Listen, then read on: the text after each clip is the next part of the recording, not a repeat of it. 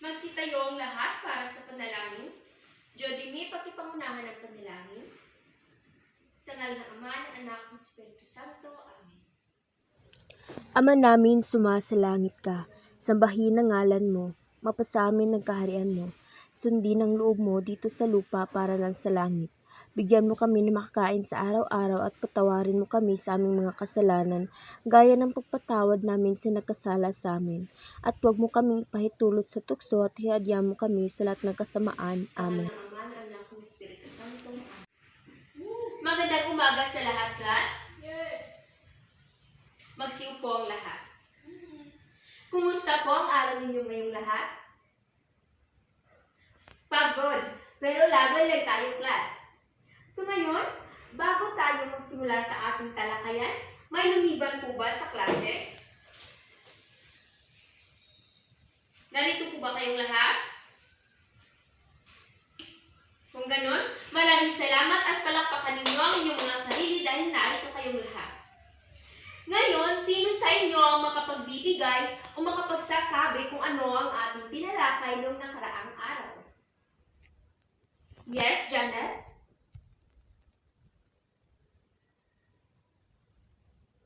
Very good, Janet. Makakaupo ka na? Tama si Janet. Ang ating tinalakay noong nakaraang klase ay patungkol sa wika, antas ng wika, tungkulin at kahalagahan ng wika. Ngayon ay hahatiin ko muna kayo sa 4 na pangkat. Mainhinda ako dito na mga ginupit na munting papel at may nakasulat na pangalan. Bawat pangkat ay pipili ng representante na siyang pupunot at siya kagaya sa pangalan na nakuha.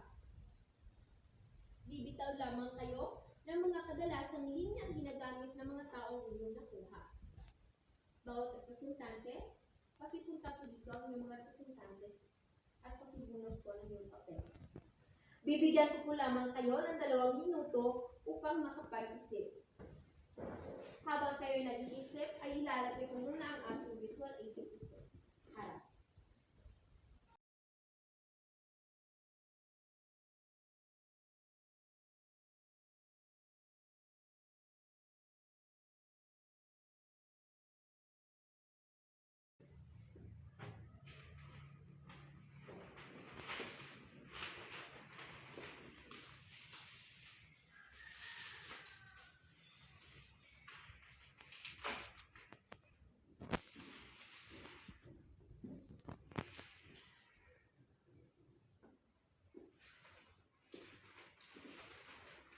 Tapos na po ba kayong mag-isip?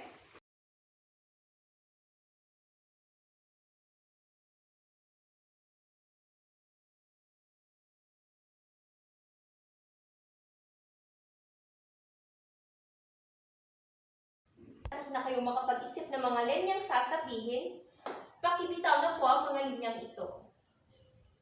Ang gagayahin po ng representante ng pangkatuan ay si Chris Aquino.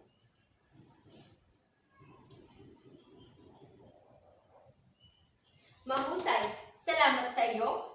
Ang sumunod naman ay representante ng pangkat-2, 3 pangkat at pang-4 na pangkat.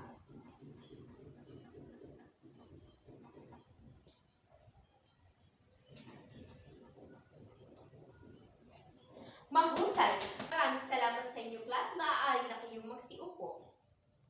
Ngayon, tatanungin ko kayo kung nag-enjoy ba kayo sa ating ginawang munting aktibidad? Talaga ba? So, ano bang napansin ninyo sa mga sinabing salita o pangungusap o linyang binitawan ng mga representante ng bawat grupo? Tama. Ano pa? Magaling. Salamat sa inyo. Ang mga sinabi po ninyo ay tama. Ang mga taong nabanggit kanina ay mga sikat at may iba't ibang paraan ng pananalita sapagkat ang wika ay may mga variety na dapat natin pag-aralan at matutunan. Ngayon ay ating tatalakayin ang mga variety ng wika. Ngunit bago ang mga variety ng wika, sino sa inyo ang may ideya kung ano ba ang variety ng wika? Yes? Mahusay. Tama ang iyong sinabi. Sino pa?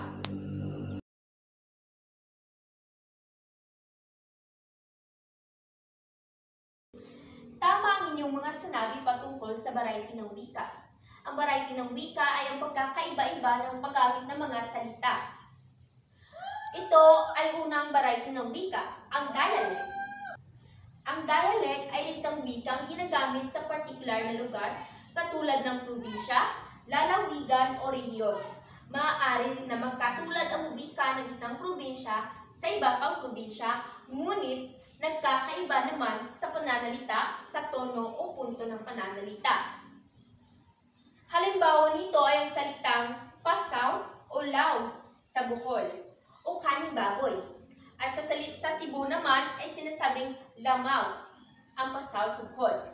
Ang salitang bagtak naman ang Bohol ay BTS sa Cebu. Ano pa ba? Sino ang gusto magbigay ng halimbawa? Yes, Reynalyn?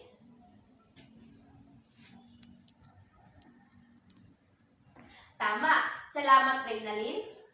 Sunod naman na variety ng wika ay ang idiolect. Ano naman kaya ang idiolect? Bukod sa nasa visual aids, Ano ba ang ideya ninyo sa idiolect? Yes, Nervin?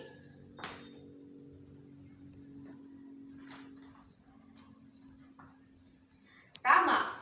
Ang idiolect ay sinasalita ng mga taong may sariling paraan ng pagsasalita at ito ay nagbibigay ng pagkakakilanlan ng isang tao. At alam niyo ba na ang mga halimbawa ng idiolect ay ang mga sinabi ninyo kanina?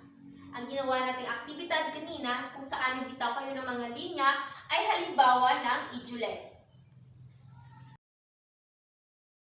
May ibibigay rin akong halimbawa ng idiolect. Maaari po ba makinig ang lahat sapagkat ang mga sasabihin ko po ay maaaring magagamit niyo mamaya sa ating pagtataya. Ang mga halimbawa ng idiolect ay ang linya ni Mike Enriquez na hindi ko kayo tatantanan. Magandang gabi, bayan, Noli Di Castro. Ang buhay ay weather lang. Ito naman ang linya ni Kuya Kim. Go, go, go to the highest level. Todo na to. O ba't kayo natatawa? Linya yon ni Rofa May Quinto. Ngayon naman ay pumunta tayo sa variety ng wika na sociolect. Gio, pakibasa po ang kahulugan ng sociolect.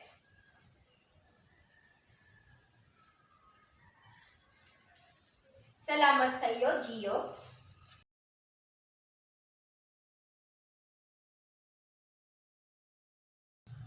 Tama ang sinabi ni Gio. Ang sociolect ay wika na ginagamit ng isang partikular na grupo. Ito ay may kinalaman sa katayuang sosyo-ekonomiko at kasarian ng individual na gumagamit ng mga naturang salita. Ang sociolect ay ang pagkakaiba-iba ng mga ginagamit ng mga tao, kagaya naman ng mga tao nakapag-aral sa hindi nakapag-aral, mga babae sa lalaki, ang pananalita ng matanda sa mga kabataan, sa mayayaman at mahihirap. Alam niyo ba, class, na ang sociolect ay may iba't ibang wika? Ito ay ang wika ng Becky o Gaylingo, Konyo-speak o Konyok, Jargon, Jajimon o Jologs, Ethnolect, Pidgin at Kriole. Ang unang wika ng sociolect ay ang wika ng mga Becky o Gaylingo. O Gaylingo, kung ano man ito. Ito ay mga salitang ginagamit ng mga Becky. Ito ay ginagamit ng mga Becky upang mapanatili ang kanilang pagkakakilanlan. Gumagamit sila ng mga salitang minsan ay sila lamang ang nakakaalam. Sino ba sa inyo ang makapagbibigay ng mga halimbawa ng Gaylingo? Yes, Rio? Tama. Salamat sa iyo, Rio. Ang sinabi ni Rio ay tama. Ang halimbawa nito ay ang carry o ibig sabihin ay kaya. Iba pang halimbawa ay ang invade o nakakainis, lafang o akto ng pagkain, merlat o babae, jubilita o batang bating. Marami pang mga salitang Gaylingo. Ngayon ay pumunta naman tayo sa Konyo-speak. Ang Konyo Speak ay ang paghalo-halo ng mga wikang Filipino at Ingles sa pagsasalita. Ang halimbawa nito ay, "You're so papansin." Like, why you're so tagal ba? Tama ang yung sinabi, is this binibenta or for free? Tama yon. So ngayon ay dumako naman tayo sa jargon. Pakibasa po ang kahulugan ng jargon.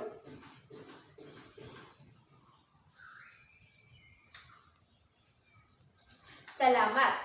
Ang jargon ay natatanging bokabularyo ng isang pangkat ayon sa kanilang trabaho o pagkadalubhasa. Halimbawa nito, sa guro, may mga salita na guro kagaya lamang ng learning plan, pisara, modules, curriculum guide, learning materials at marami pang iba na kadalasan ay ang guro lamang ang gumagamit.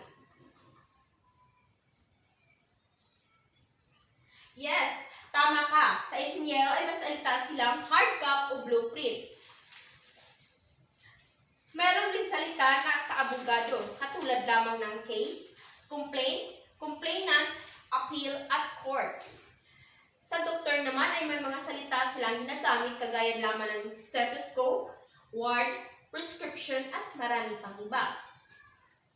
Sino pa makapagbibigay ng salitang jargon? Tama! Ang huhusay niyo talaga, class. Napakagaling ninyo. Ngayon ay pumunta naman tayo sa Judgment o Jologs. Ang Judgment o Jologs ay mga salitang nakabaybay sa wikang Ingles o Filipino na binago ang orihinal na kayarian sa pamamagitan ng paghalo-halo ng mga numero sa letra, maliliit at sa malalaki.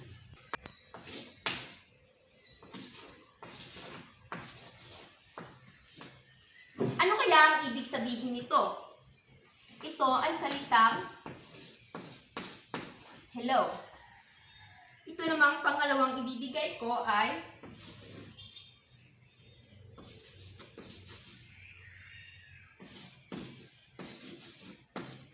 pinaghalong letra at numero. Ito ay salitang okay. O okay. Ngayon ay pumunta naman tayo sa wikang ethnologue. Ang wikang ethnologue ay nagmula sa etniko at dialect, mga salitang naging pagkakakilanlan ng mga pangkat etniko.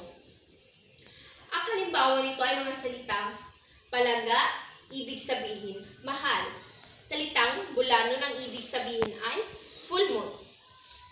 Ang salitang kalipay naman ay ibig sabihin ay tuwa o ligaya. Yes? Tama, vakul o takip sa ulo. Ngayon ay pumunta naman tayo sa pidgin. Ang wikang pidgin ay wikang katutubo, wikang hindi pagmamay-ari ni numan. Halimbawa nito ay ang pangungusap na aking ibinibigay. Suki, ikaw bili aki tinda, ito mura lang. Kung inyong mapapansin, ang wikang ginagamit ay wikang Filipino. Ngunit ang struktura ng pagsasalita ay mula sa wika ng China. Ito pa ang isang pangungusap. Hindi ikaw galing kanta. Ang ibig sabihin ay hindi ka magaling kumanta. Ngayon, pumunta naman tayo sa Creole. Ang Creole ay wikang pidgin, ngunit kalaunan ay naging likas na wika. Ang halimbawa nito ay ang wikang Chavacano na ginagawang wika ng Zamboanga. Ang wikang Chavacano na katutubong wika ng Zamboanga ay mula sa wikang Kastila, wikang Banyaga, ngunit sinasalita ng taga-Zamboanga bilang katutubong wika. Ang mga halimbawa nitong salita ay Buenos Dias, ang ibig sabihin magandang umaga. Ang Buenas Noches, ang ibig sabihin ay magandang gabi. Ngayon ang ibig sabihin naman ng mi nombre ay ang pangalan ko. So class, ito ang mga variety ng wika mula sa dialect, edulect, sociolect, na may mga wika rin katulad ng Gaelingo, Konyo Speak, jargon, Judgment o Jologs, ethnologue, pidgin, Creole at marami pang iba, ngunit ito lang muna ang ating tatalakayin. Ngayon, dito lamang nagtatapos ang ating talakayan. Kung may katanungan at hindi naintindihan, maaari po kayong magtanong. Huwag po kayong mahiya. Ano po ba? O may hindi po ba naintindihan? Sigurado po ba kayo? Talagang wala na. Naiintindihan po ba ang diskusyon natin? Kayo pong nasa likuran. Salamat naman kung ganon. Kung gayon, sinabi niyong naiintindihan niyo ang ating diskusyon, kumuha kayo ng sangkapat na papel para sa munti nating gawain. Magbibigay ako ng mga salita, isulat ninyo kung anong variety ito ng wika. Pagkikuha ko ng sangkapat na papel, at habang kayo'y kumukuha ng sangkapat na papel, ay kukunin ko na rin itong ating visual aids.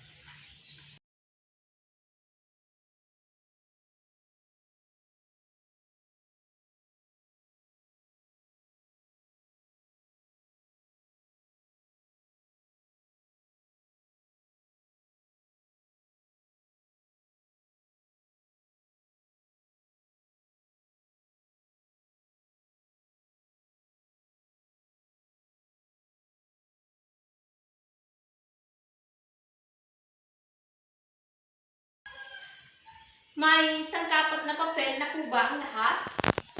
Kung gayon, ipapakita ko na po ang mga salitang aking ibibigay. Hindi ko na po isusulat sa pizarra. Ito po ang una. Klaro po ba? Yan po sa likod. Salamat naman po. Number 2.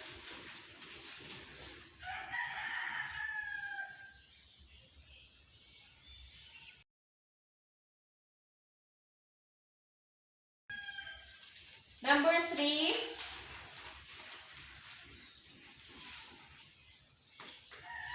Huwag pong sisilip sa sagot ng katabi.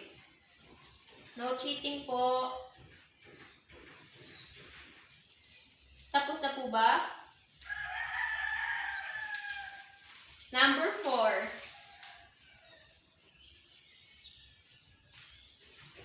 Alam kong maaalala nito kung kayo talagang nakikinig sa aking diskusyon.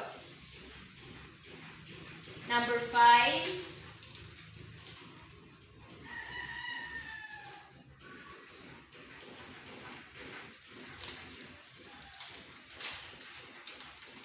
Number 6 na salita.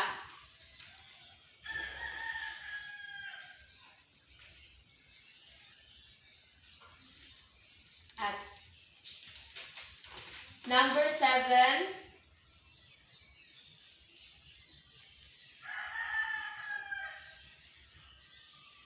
Tapos na po ba? Hindi pa. At ang panghuli po,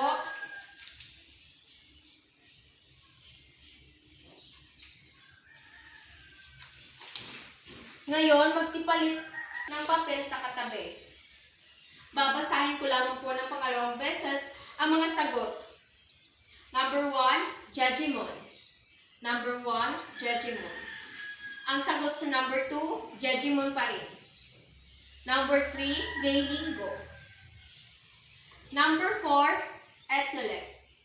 Number 4, Ethnolect. Number 5, Jargon. Number 5, Jargon. Number 6, Gaylinggo. Gaylinggo. Number 7, Conuspeak. Conuspeak. At number 8, Jargon. Number 8 po, Jargon. May nakakuha po ba ng perfect score? Meron naman pala. Ibig sabihin ay nakikinig talaga kayo. Baka naman sumisilip lang kayo sa sagot ng inyong kaklase o katabi. Hindi naman pala.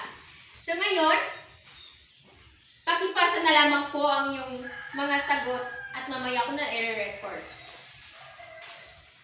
Dahil tapos na tayo sa munting gawain, may ibibigay pa rin akong munting pagtataya. Ito po ay para sa 15 na puntos. Para sa 15 puntos, ang gagawin nyo lamang ay kumuha ko pala muna kayo ng kalahating papel. Kung may papel na po, ang gagawin niyo po, makinig ang lahat. Bakit ang ingay ninyo sa likuran?